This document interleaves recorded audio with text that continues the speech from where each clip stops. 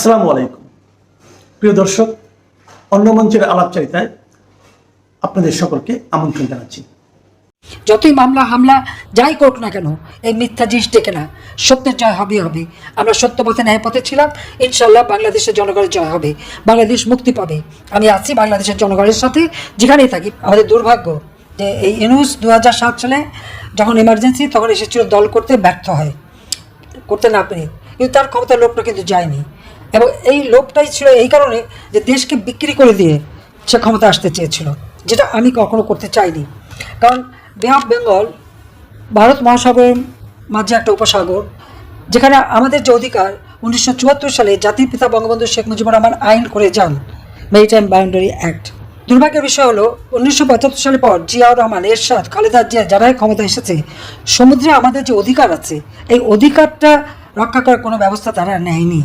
একমাত্র আওয়ামী লীগ যখন ক্ষমতা আসে 96 সালের থেকে আমরা এটা উদ্যোগ নিই, আমরা পদক্ষেপ নিই, এবং দ্বিতীয়বার যখন আমরা আসি তখন আপনারা জানেন যে আন্তর্জাতিক আদালতে মামলা করে মিয়ানমার এবং ভারতের কাছ থেকে আমরা বিশাল সমুদ্র সীমা অর্জন করি, এবং এই সমুদ্র সম্পদ যাতে আমাদের অর্থনীতির কাজে লাগে তার জন্য পদক্ষেপ নিই, সুনীল অর্থনীতি নীতিমালা ঘোষণা দিই, এবং একটা ইনস্টিটিউশন আমরা গড়ে তুলি, সমুদ্র গবেষণা ইনস্টিটিউট আমি গড়ে তুলেছি কক্সবাজারে।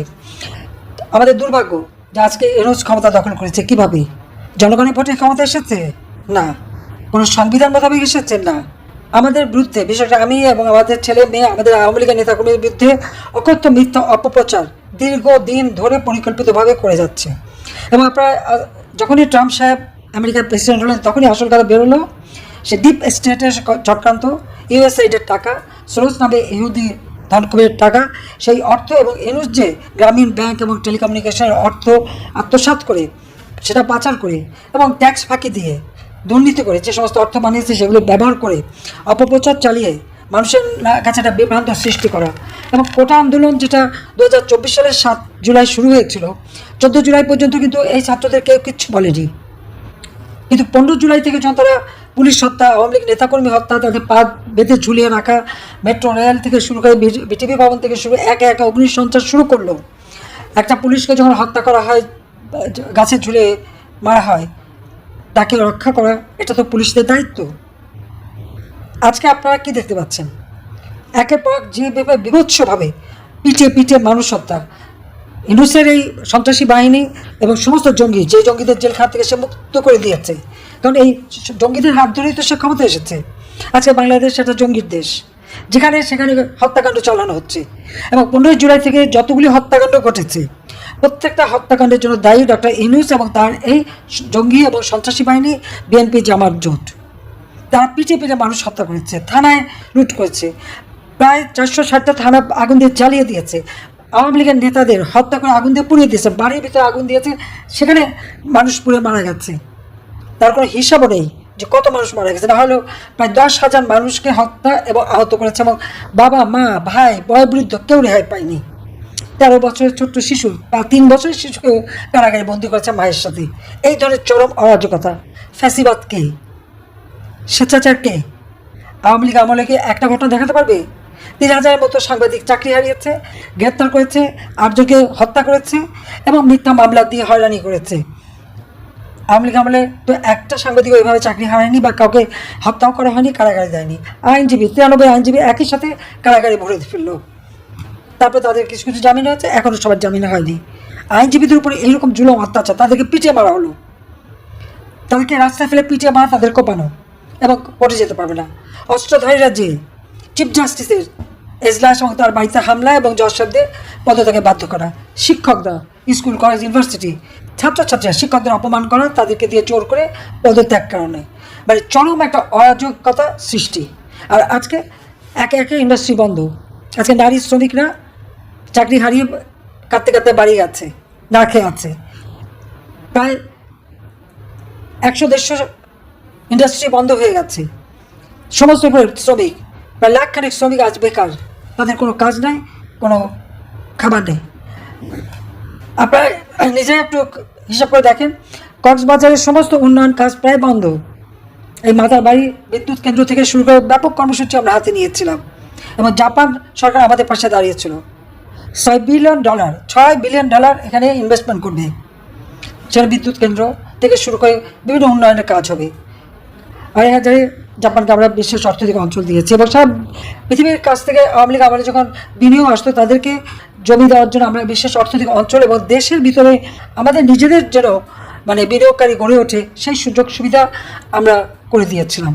ইয়াং জেনারেশন শুধু চাকরির পিছনে ছুটবে না, তারা যেন নিজেরা কাজ করতে পারে সেই ব্যবস্থাটাও আওয়ামী লীগ সরকার করে দিয়েছিল, তাদের ট্রেনিং দিয়ে নিজস্ব উদ্যোক্তার সৃষ্টি করা সেই ব্যবস্থা আমরা করে দিয়েছিলাম। এমনকি নারী উদ্যোক্তাদের জন্য প্রত্যেকটা অর্থনৈতিক অঞ্চলে আলাদা প্লটের ব্যবস্থা আমি করে দিয়েছিলাম। নারীদের ক্ষমতায়ন করা, শিশু মৃত্যু হার, মাতৃ হার আমরা কমিয়েছিলাম।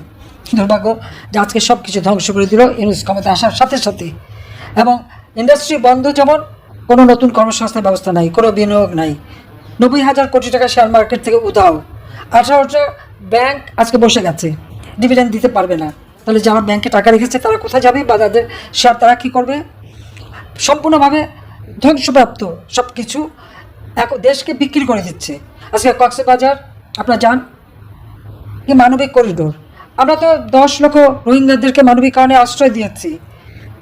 ইউনুস তো বলেছিল ক্ষমতা আসার সাথে সব রোহিঙ্গা নাকি ফেরত পাঠাবে, তারা নাকি ঈদ করে মিয়ানমারের নিজ দেশে যে কয়েকজন যেতে পেরেছে, যায় তো নাই, আরও উল্টো 1.5 লক্ষ এসেছে।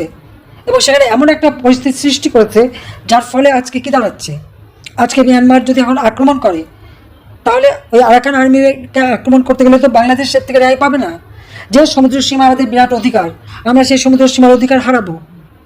এবং ইউনুসের এই যে ক্ষমতায় থাকার লোভে দেশ বিক্রি করা, চিটাগাং পোর্ট সে বিক্রি করে দেবে।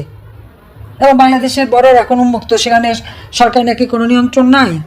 আমাদের স্বাধীনতার সার্বভৌমত্ব আজকে প্রশ্নবিদ্ধ করে তুলেছে এই লোকটা, দেশকে এমন জায়গায় নিয়ে গেছে চক্রান্ত করে অন্য দেশের টাকা দিয়ে আজকে আমাদের দেশটাকে ধ্বংসের দিকে নিয়ে যাচ্ছে। আর সব দোষ আওয়ামী লীগের, সব দোষ আমাদের। হত্যাকাণ্ড তো আমরা ঘটাইনি। 15 জুলাই থেকে যারা হত্যাকাণ্ড ঘটিয়েছে, যারা এই অপকর্ম করেছে, অগ্নিসংযোগ করেছে, সেটা তো খুব স্পষ্ট। কারণ 15 জুলাই থেকে যারা এই ধরনের ঘটনা ঘটেছে, ইউনুস তাদেরকে দায় মুক্তি দিয়েছে। দায় মুক্তি কাদের দেয়? যারা দায়ী হয়। এটা তো এক ধরনের এভিডেন্স। হত্যা করবে ইউনুস বাহিনী, তার জঙ্গি বাহিনী, সন্ত্রাসী এবং জামাত বিএনপি, আর মামলা হবে সব আওয়ামী লীগের বিরুদ্ধে, মামলা হবে আমাদের বিরুদ্ধে। আমরা কেন হত্যা করতে যাব? আমার কাজ মানুষকে বাঁচানো, আমি বাঁচিয়েছি। আমার যদি কিছু করারই থাকতো তো ওই 7 জুলাই থেকে 14 জুলাইয়ের মধ্যেই তো করতাম। আমরা তো তা করি নাই, বরং ছেলেপেলেদের আমরা সব রকম নিরাপত্তা দিয়েছিলাম। কিন্তু 15 জুলাই থেকে যে হত্যাকাণ্ড শুরু, সেটা তো ইউনুসের নির্দেশেই করা হয়েছিল। এটা হচ্ছে তার ম্যাটিকুলাসলি ডিজাইন। আমরা যে 15 বছর 7 মাস সরকারে ছিলাম, সেখানে প্রত্যেকটা মানুষ স্বাধীনভাবে কথা বলতে পারতো। আজকে কেউ কি স্বাধীনভাবে কথা বলতে পারে? কোনো সাংবাদিক স্বাধীনভাবে লিখতে পারবে? কতগুলি প্রাইভেট টেলিভিশন, রেডিও, সব টেলিভিশন পড়িয়ে দিয়েছে। সংবাদপত্র কারোর কোনো অধিকার আছে কথা বলার? 2টি পত্রিকা ছাড়া সব জায়গায় নিউজ সেন্টার থেকে যা নির্দেশ দেবে তাই করতে হবে, তাই লিখতে হবে, তাই পড়তে হবে। এটাই তো বাস্তবতা। আজকে মত প্রকাশের স্বাধীনতা নাই, সংবাদপত্রের স্বাধীনতা নাই, সাংবাদিকদের স্বাধীনতা নাই। তাদের অ্যাক্রেডিটেশন কার্ড পর্যন্ত কেড়ে নেওয়া হয়েছে। 38 জন আজকে কারাগারে বন্দী। আইনজীবীরা দাঁড়াতে পারবে না আমাদের পক্ষে। সাথে সাথে তাদের উপর হামলা এবং হাতে চাপাতি, অস্ত্র, চাইনিজ কুড়াল নিয়ে আক্রমণ করবে, সেটা নাকি মব জাস্টিস। এই মব জাস্টিসের ফলে আজকে মহিলারা ঘর থেকে বেরোতে পারে না, সন্ধ্যার পরে সবাই ঘরেও নিরাপদ না।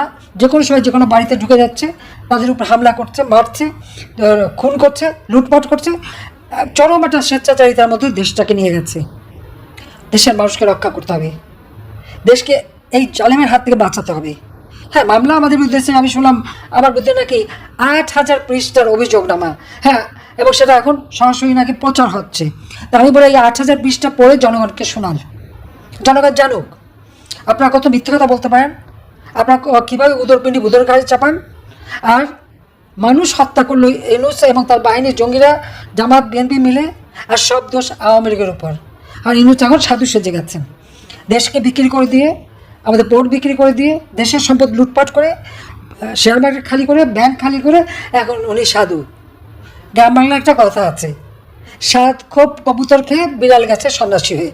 মানে এক কবুতরের ঘরে যে সব কবুতর খেয়ে বিড়াল সন্ন্যাসী হয়ে বসে আছে। এখন তিনি বিড়াল তপস্বী সেজেছেন, কিচ্ছু জানেন না, কিচ্ছু বোঝেন না। সব কিছু তার নখদর্পণে এবং সমস্ত কিছু সে নিজেই নির্দেশ দেয়। জব মিটিং করে তার ওই 40 জনের একটা বাহিনী আছে, আলিবাবা 40 এই 40 জনকে দিয়ে কন্টেন্ট তৈরি করা, তাদেরকে দিয়ে করা, এবং প্রত্যেকটা মন্ত্রণালয়, প্রতিটি প্রতিষ্ঠান, প্রতিটি মিডিয়ায় তার নিজস্ব এজেন্ট বসানো, এবং তারা যদি কথা না শোনে সঙ্গে সঙ্গে তাদের উপরে রামদা, গুলি, বোমা, আগুন দেওয়া, অগ্নিসন্ত্রাস করে মানুষ হত্যা করা। এবং এ পর্যন্ত যত হত্যাকাণ্ড ঘটেছে কেউ ন্যায় বিচার পাবে না, কারণ তারা দায় মুক্তি দিয়েছে। পুলিশ হত্যার বিচার পাবে না, দায় মুক্তি দিয়েছে। এমনকি আজকে যেটা সবথেকে অবাক কাণ্ড, আমরা দেখলাম যে একজন সেনা সদস্যকে মেরে ঝুলিয়ে রাখা হয়েছে। এর আগে পুলিশ আর আওয়ামী লীগের নেতাকর্মী ঝুলিয়ে রাখা হয়েছিল, এখন সেনা সদস্যের গায়ে হাত দিয়েছে। এমনকি সেনাবাহিনীর উচ্চ অফিসার, প্রশাসন অফিসার, সিভিল অফিসার, প্রত্যেকের বিরুদ্ধে মামলা, তাদের হয়রানি, তার একের পর চাকরি থেকে তাদেরকে বিতাড়িত করে দেওয়া হচ্ছে। যে পরিমাণ চাকরি হারা হয়েছে মানুষ, কই আওয়ামী লীগের আমলে তো তা হয়নি। কে কোন দল করে সেটা তো দেখিনি। মানুষকে যখন সহযোগিতা করেছি, মানুষকে মানুষ হিসাবে করেছি, দল মত নির্বিশেষে করেছি, প্রত্যেকটা মানুষের মৌলিক অধিকার নিশ্চিত করেছি। অপরাধটা কোথায়? কী অপরাধ করলাম? আওয়ামী লীগ বাংলাদেশ স্বাধীন করেছে, সেটা অপরাধ? সেজন্যই 32 নম্বর ভেঙে দেওয়া হলো, আগুন দিয়ে পুড়িয়ে দেওয়া হলো। মুক্তিযুদ্ধের স্মৃতিচিহ্ন মুছে ফেলবে? বুঝতে পারবে না। সত্যকে মুছে ফেলা যায় না। বাংলাদেশ আবার এই দুর্বৃত্তদের হাত থেকে মুক্ত হবে। বাংলাদেশ আবার বিশ্ব দরবারে সম্মানের সাথে মাথা উঁচু করে দাঁড়াবে ইনশাল্লাহ। যতই মামলা হামলা যাই করুক না কেন, এই মিথ্যা জিনিস ডেকে না, সত্যের জয় হবে। আমরা সত্য পথে ন্যায় পথে ছিলাম, ইনশাল্লাহ বাংলাদেশের জনগণের জয় হবে, বাংলাদেশ মুক্তি পাবে।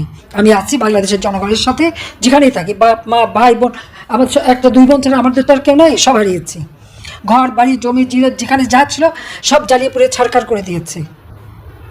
আমাদের না আছে কোনো জায়গায় দাঁড়াবার ঠাই, না কিছু, তাতে আমাদের কোনো আফসোস নেই। কারণ আওয়ামী লীগের অগণিত নেতাকর্মী ঘর বাড়ি ব্যবসা প্রতিষ্ঠান পুড়িয়ে দিয়ে তাদেরকে নিঃস্ব করে দিয়েছে। উপরে খোলা আকাশ আছে, বাংলাদেশের মাটি আছে, এটাই যথেষ্ট। ওই মাটি হবে আমাদের ঘর, আকাশ হবে আমাদের ছাদ। এভাবেই আমরা বেঁচে বাংলাদেশকে আবার আমরা উন্নত করব। প্রত্যেকটা মানুষ মনে জোর নিয়ে এগিয়ে যান এই দুর্বৃত্তদের হাত থেকে দেশকে রক্ষা করার জন্য। আপনাদের আন্দোলন সংগ্রাম, জনমত সৃষ্টি, আমাদের কৃষক শ্রমিক মেহনতি মানুষ আজকে যারা কষ্ট আছে তাদের পাশে দাঁড়ান, ইনশাল্লাহ জনতার জয় হবে। জয় বাংলা, জয় বঙ্গবন্ধু, বাংলাদেশ চিরজীবী হোক। খোদা হাফেজ।